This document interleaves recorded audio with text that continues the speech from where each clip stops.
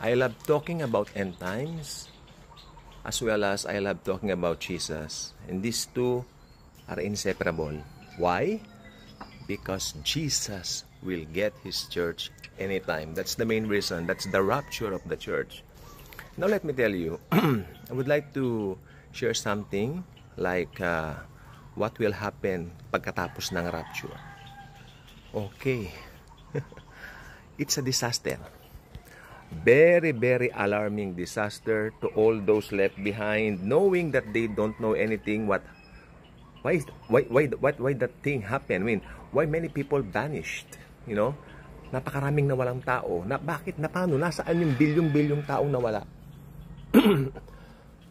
And aside from that, may mga pangyayari po talagang mga nakakalungkot during that time. Like for example, naganap yung rapture, nawala na yung mga tao sa mundo. Tayo po yun, mga Kristiyano tayo. Kasi mas maganda pong datnan tayo ng Panginoon sa rapture na buhay tayo kaysa yung patay. Although pareho naman pong okay din yun, pero mas magandang wag na tayong mamatay. I-claim na po natin yan, i-declare na po natin that we will one day meet the Lord in the air, na i-change na lang tayo. Kasi pag patay, bubuhayin pa. But we, who are still alive, sabi ng Biblia, ay papalitan na lang po tayo. I mean, yeah. Papalitan na lang po tayo ng bagong glorified body. Okay, to sum it up, bigyan ko po kayo ng nagagawa ng glorified body. Ang glorified body po ay nakakatagos sa mga pader. Si Jesus po ay tumagos sa isang pader nung pininid ng mga disciples ang pinto, sapagkat siya po ay glorified body na.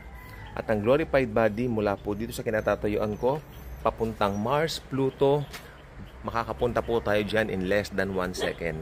Yun ang nagagawa ng glorified body. Kaya ang rapture po ay mabilisan. Kling! Ganun lang. I mean, hindi po siya yung tipong dahan-dahanin ka. No, it's a very quick happening.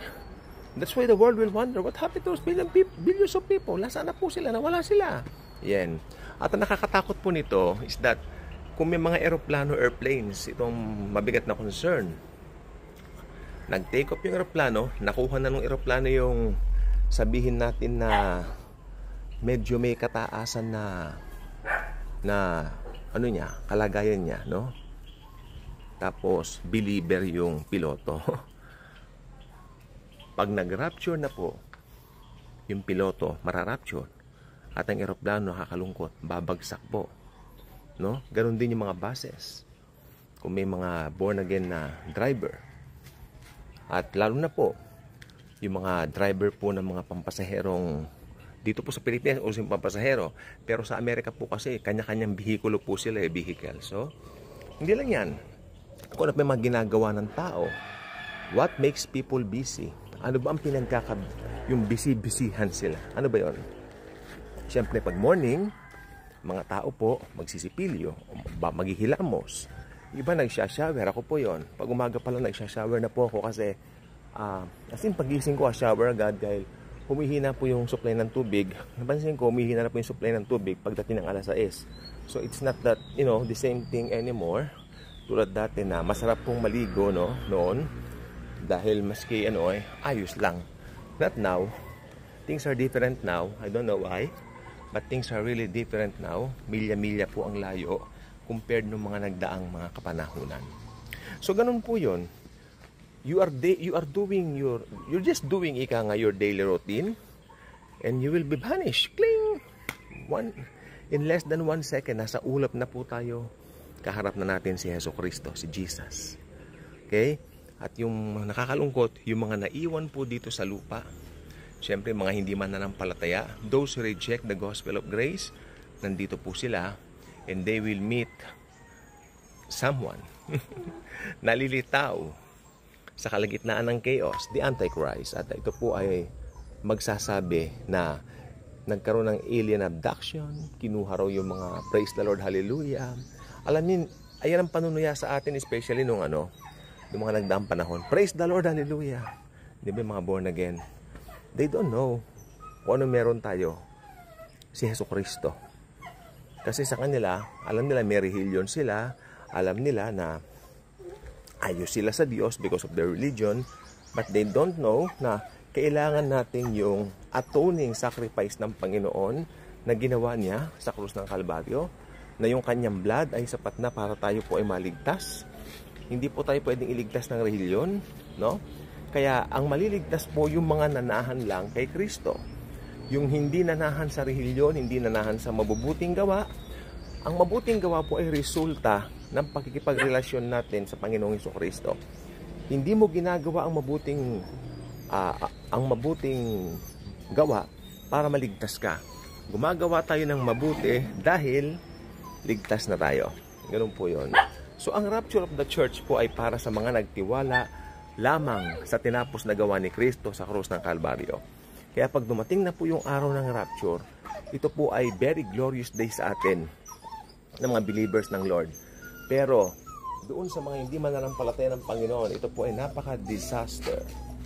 Dahil sila po ay magdadanas ng 7 taong kapighatian na hindi pa nararanasan ng sandaigdigan sa pangunguna ng The Antichrist. Yun po ang mangyayari yan. Dahil yan po nakatala sa Biblia at yan po talaga ang magaganap. Walang nakatala sa Bible na hindi magaganap, sapagkat ang nakalagay po sa Biblia ay magaganap pong lahat. Paano yan? Hindi nag-rapture. Referring to the 23rd of September rapture na hindi naman po nangyari. Siyempre po hindi po mangyayari dahil yan po ay dinate set po ng tao. Wala nakababatid, wala nakakaalam, sabi ng Bible. Kaya tayo po ay dapat sa Panginoon lang po tayo nananangan, no? Sa Panginoon lang po tayo umaasa. Sa kapangyarihan niya, sa pag-ibig niya, yun lang po ang ating sandigan, no? At alam natin, dahil sa ginawa niya sa Kalbaryo, doon sa krus ng Kalbaryo, tayo po ay dadagitin anytime. Pero yung mga maiiwan po dito, sila po ay dadanas ng kapighatian na sobra. Naniniwala po ko ang mga Bibles po ay hindi mawawala sa eksena, mananatili po dito. Mga maiiwan natin Biblia. The Lord will use that para sa mga taong gagamitin niya bilang mga tribulation saints. Sila ay maliligtas sa tribulation, no? Sila po ay makakabasa ng mga katotohanan ng Bible na tinatanggihan nila ngayon church age. Uy, sabihin nila, hindi kami nakikinig. Merong channel sa YouTube, ganyan lang yung Daily Good Vibes. Pinagtatawanan namin yung Daily Good Vibes sa kayo nagpre-preach. Sinasalitaan namin ng pangit. Pero ngayon naiwan na kami. Sana naniwala pala kami doon sa sinasabi ng preacher sa Daily Good Vibes. At sana pala yung Daily Good Vibes channel, amin po itong shinare dati. Pero hindi pa huli. Dahil sa panahon yon, meron pa rin naman pong channel siguro ng Daily Good Vibes. Yan ang hindi ako sigurado. Kung papatanggal ba ng Antikristo, kasi baka. Pero yung mga Bible, hindi po. No? Ang Bible po ay mananatili. Ewan ko lang po yung mga YouTube channels natin na ito kung mananatili. Siguro sa biyaya ng Panginoon, mananatili rin po. Kasi Word of God naman yung preach natin dito. Hindi po natin alam yon, hindi natin sigurado, at hindi na natin malalaman dahil nasa langit na po tayo, na rapture na tayo. Okay? Kaya mas maganda itong church age, pagtuunan ng pinaka-importante, pananampalataya kay Hesukristo. Yan lang ang magdadala sa iyo sa langit. Actually, hindi lang po rapture ang pinangangambahan dapat. Dahil habang nandito ka pa, wala pa yung rapture, ang tao pwede pang dumanas ng physical death. At pag namatay ang isang tao ngayon, church age, na wala kay Hesukristo, diretso pa rin po siya sa impyerno, doon sa Hades, mag-aabang hanggang araw ng paghuhukom para itapon siya sa literal hellfire, Gehenna, na kung tawagin ay Gehenna. So yan po ay talagang magaganap. The rapture of the church is certain. Hindi man sa paraang alam mo, kundi sa paraan ng Panginoon. Very true. Very true and very true. It will happen anytime na ang rapture of the church ay magaganap na, dahil dadagitin ng Panginoon ang kanyang iglesia, ang kanyang church, no? At tayo ay papasa Panginoon na forever and ever. The Lord Jesus is faithful. Sa ngayon, i-share natin ang gospel. Huwag tayong mangimi na i-share ito sa mga hindi mananampalataya. Minsan nahihiya kasi isang hindi mananampalataya kasi mayaman siya. Ano ngayon kung mayaman sila, maski bilyonaryo, trilyonaryo sila. Pag wala silang Kristo, kailangan kanila. Kailangan mong i-share ang gospel sa kanila at i-share ang Daily Good Vibe channel sa kanila. God bless po.